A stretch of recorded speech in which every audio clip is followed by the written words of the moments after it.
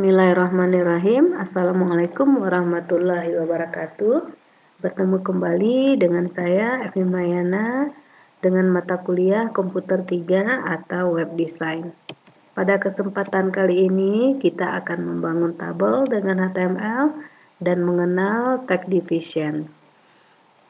Untuk tabel kita akan mencoba membangun contoh tabel seperti ini. Nah, langkah yang kita lakukan terlebih dahulu di coding HTML untuk membuat tabel kita mulai dengan buka tabel. Nanti diakhiri dengan tutup tabel. Nah, ini untuk tutup tabel. Nah, kolom-kolom yang ada di sini sebelum bikin kolom kita lihat terlebih dahulu nanti ada baris. Nah, istilah baris di sini nanti adalah TR. Nah, ditutup dengan /tr. Nah, kalau kolom itu nanti adalah TD dan ditutup dengan /td. Nah, TH bisa juga kita bikin untuk men-set header atau yang merupakan kolom sebagai header nanti bisa kita bikin dengan TH atau /TH. Nah, untuk caption bisa untuk judul tabel, langsung juga tidak masalah. Nah, ini kita mau contohkan bikin tabel seperti ini, berarti kita lihat terlebih dahulu kita memiliki baris, jumlah baris kita ada 1, 2, 3, 4. Nah, kolom kita ada kolom nomor, kolom nama, dan kolom jurusan, berarti ada 3 kolom. Nah, untuk bikin HTML-nya, kita bisa coba, kita punya struktur HTML kemarin, ini udah siap struktur HTML-nya. Nah, kita coba bikin tabel. Oke. Kita bikin tabel di body. Jadi kita mulai dengan buka tabel. Oke, tag atribut lainnya nanti kita sempurnakan tanpa atribut dulu di dalam tabelnya. Nah, kita bikin di sini setelah tabel kita punya baris pertama. Ini baris pertama. Di baris pertama kita memiliki kolom. Jadi nanti ini dia tampilan kita. Ini baris pertama kita punya kolom dulu. Jadi kalau kolom kita set dia dengan TD. Nah, jadi kita bikin TD. Kita bikin TD. Kolom kita pertama itu adalah nomor. Tutup TD dengan /TD.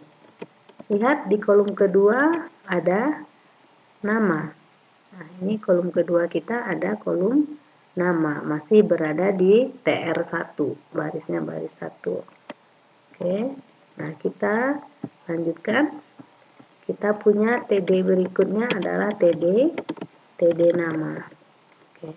TD nama tutup dengan /TD. Setelah nama kita punya kolom jurusan.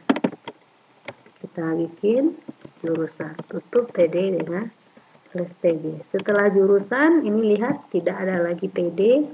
Nah, berarti TR-nya udah selesai, baris pertama selesai. Maka kita tutup TR dengan /TR. Tutup TR dengan /TR. Nah, berarti baris pertama kita sudah mendesain. Nah, untuk baris kedua, berarti kita perlu membuka TR kembali. Kita buka TR, di bawah TR nanti ada TD lagi. TD pertama isian nomor urut 1. Jadi ini data dari TR yang kedua, /TD. Nah, lalu nama, kita isikan nama yang pertama adalah /TD, tutup TD. Lalu TD yang ketiga adalah jurusannya. Kita isikan data kita. Nah, ini kita tutup /TD. Oke. Nah, sudah selesai baris kedua, TR kedua, kita tutup dengan /TR. Nah, ini kalau kita lihat ini dulu hasilnya. Ini kita save. Kita kasih namanya latihan tabel. Kita kasih latihan tabel. kita coba jalankan latihan tabel kita. Ini dia. Kita open Google Chrome. Nah, lihat tabel kita. Kalau ada yang belum tampil, kita perlu cek di mana, kenapa tabelnya tidak ditampilkan. Nah, ini kita lihat body buka kurung tabel. Nah, di sini perlu bordernya berapa. Border yang kita gunakan, misalnya tebalnya adalah 1. Ini atribut lainnya. Kita refresh kembali. Oke, ini bordernya. Kalau bordernya kita ganti lebih besar, nah berarti nanti garis bingkai kita juga akan besar. Nah, ini kalau kita save, kita lihat border kita. Nah, seperti itu. Ini bordernya yang 2. Nah, jadi tabel bordernya berapa? Kalau 1 silahkan. Nah, untuk baris berikutnya kita bisa membuka TR baru lagi, TD lagi. Ini TR yang ketiga. Boleh di copy aja, yang penting kalau udah paham nggak masalah. Nah, berarti ini TR yang ketiga. Kita beri data, kita ganti datanya. Nah, misalnya ini ya.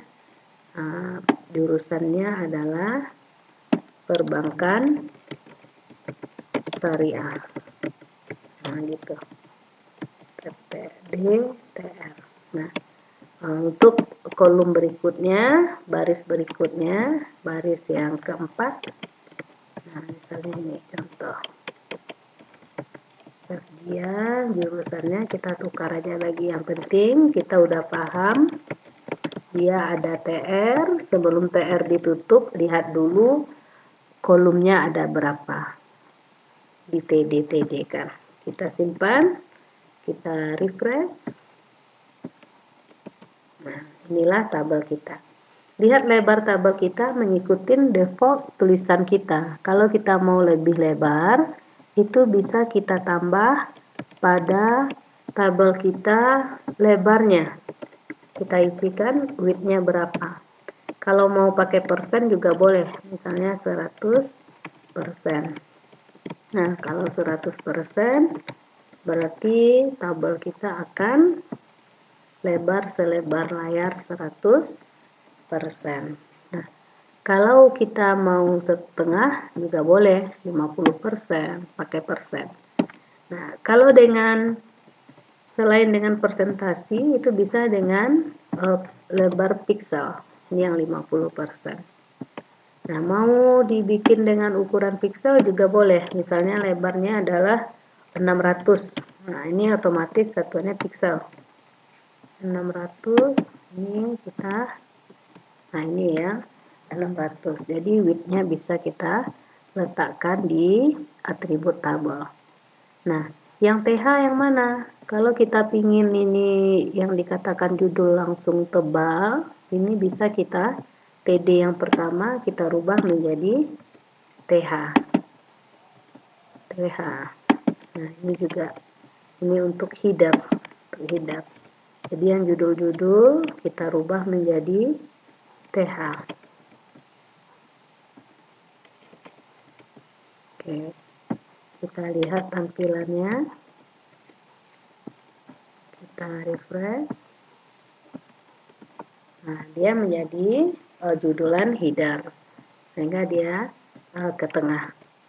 Nah, inilah coding kita dalam membuat tabel. Kalau kita ingin warna tabel kita di TR pertama dikasih warna background, kita bisa bikin BG color. Kasih warna yang kita inginkan. Pakai hexa bisa, pakai warna ini juga bisa. Atau hexanya diketikkan berapa, C berapa. Nah, ini untuk kita memformat warna di TR pertama, dan yang warna lainnya bisa Anda sisipkan. Nah, inilah cara membuat tabel. Nah, untuk tabel ini atribut lain masih banyak. Seandainya ingin dilakukan penggabungan kolom, misalnya kolomnya ada yang digabung, kita bisa pakai call span. Kalau baris yang digabung, kita bisa pakai row span nantinya. Berapa baris mau digabung, dibikin row span sama dengan 2, berarti akan menggabung 2 buah baris. Kalau call span sama dengan 2, berarti kolom yang akan digabung menjadi 2 nanti. Nah, ini bisa dicobakan aja. Nah, untuk materi berikutnya, kita akan mencoba memahami konsep dari ID atau kelas, child, parent, dan sibling. Oke. Nah, untuk membuat ini, kita di dalam HTML itu ada pengelompokan istilahnya. Nah, untuk mengelompokkan ini, kita bisa menggunakan kata-kata div nantinya. Memakai kata-kata div. Nah, di dalam div itu bisa dipakai ID atau kelas. Kapan kita menggunakan ID? Jika penamaan elemen atau HTML yang memiliki karakter itu sifatnya unik atau berbeda. Jadi ID bisa digunakan untuk sesuatu yang berbeda, tidak boleh digunakan ID yang sama. Contohnya nanti kita punya kita mengelompokkan bagian kepala aja misalnya. Jadi kita buat div ID apa namanya. Ini terserah kita. Yang penting tidak boleh sama.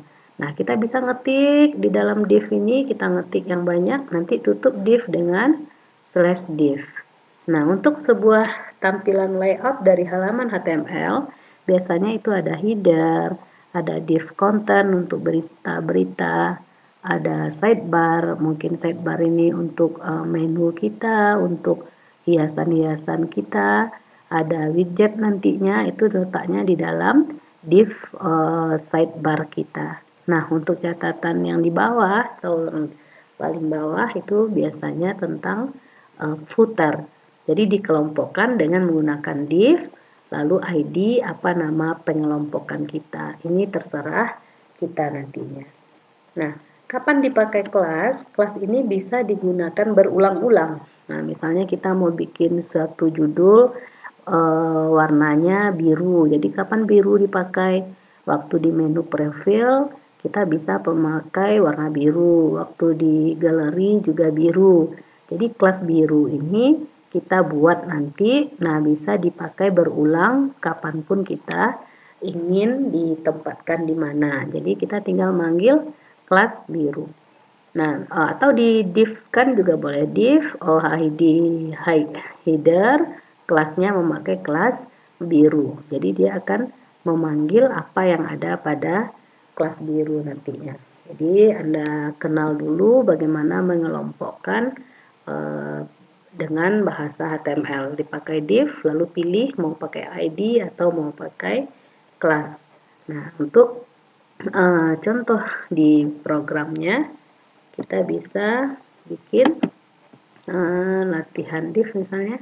Nah, ini kita kelompokkan. Ya. Kita buat struktur HTML seperti biasa. Kita buat kelompok dengan div, header, kepala program, apa isinya. Misalnya nanti ini ada logo, lalu ada kop surat mungkin. Ini isi kepala. Konten berita-berita nanti boleh kita isikan apa saja semua berita di dalamnya. Sidebar, tapi ini belum kita modif isinya. Jadi kalau dilihat sekarang, dia hanya menampilkan berita yang ada di antara div dan /div.